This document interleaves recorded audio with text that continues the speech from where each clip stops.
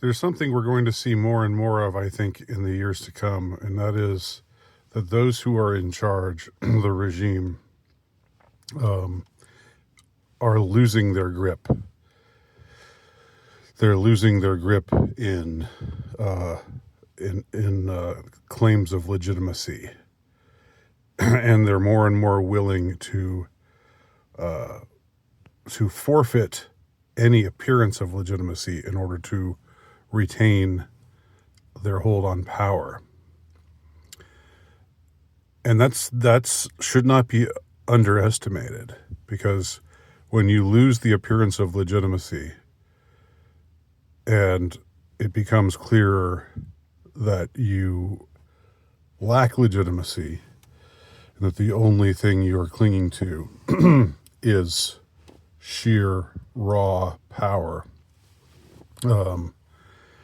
i.e. you have access to the coercive power of the established order, and those who oppose you lack that same coercive power. When you forfeit the appearance of legitimacy, you lose a lot. In fact, you lose, in a sense, everything. Because what is the whole idea of civics, the whole religion of civics? What is it based on? It's based on the idea that the state gains its legitimate power from the consent of the governed, or from not being some arbitrary dictatorial mafia-esque sort of thing that just terrorizes, that enforces its dictates through terror and coercion, but rather that it's a fair and legitimate enterprise. That's what, those who appeal to civics, appeal to civic virtue. That's what they make reference to. And when it becomes more and more clear to more and more people that you are losing the plot, as it is said, that you're losing grip on the appearance of legitimacy, then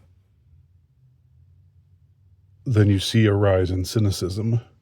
You see a rise in people not taking this religion of civics seriously. And that means you lose the halo that you have accumulated or ostensibly earned by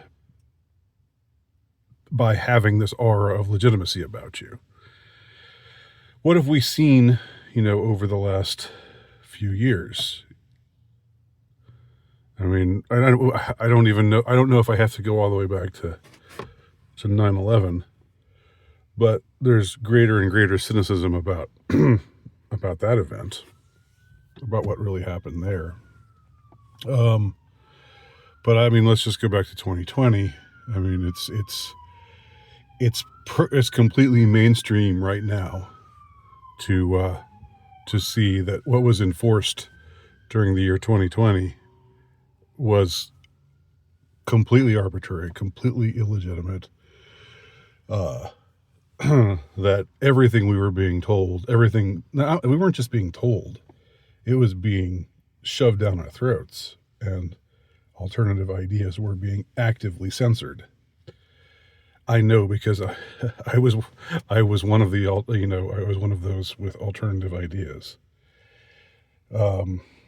Perhaps you were as well, or perhaps you liked to consume those with alternative ideas, and as did I. But it's become completely legitimate now to say, like even papers of record like the New York Times are running articles saying, we didn't know what we were doing back then. That, the things we were enforcing back then were ridiculous. And it wasn't that long ago. It was just a spit ago. Barely a spit ago that stuff was happening. But of course, more recently, things like the Nord Stream pipeline. We all know what happened there, right? We know who did that. Those who are paying attention. Many people don't know what I'm talking about when I mention that, but look it up. And there's no dispute over who really did it. Okay. And why they did it. And everything that was being pursued since 2022 with regard to Ukraine. And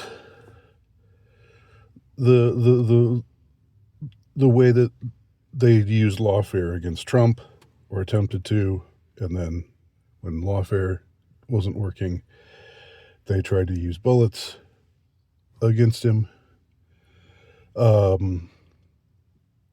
And now what they, of course, in France, what they've done with Le Pen. I mean, does anybody actually think, oh, this is completely legitimate? Oh, this was not a political move. Them banning the candidate who represents immigration restriction and not trying to further the regime through warmongering. The welfare warfare state, invade the world, invite the world. Does anyone really think that's a legitimate case? Does anybody really not? Anybody who's paying attention? I mean, granted, there are people who don't pay attention, and I understand. I understand why people don't pay attention. They might find it boring, but also if it's not boring, it's just depressing, and it increases your feeling of powerlessness because you see what's being done, but what can you really do about it, right? And those who are trying to induce you to, quote, do something about it, of course, you know what they are, right? You know what they're all about. Capital F, little e, little d. Those people saying, somebody's got to do something about this. Somebody's got to take a stand. We've got to strike a blow. Why don't you go do that, little one over there? You with a goofy social media handle,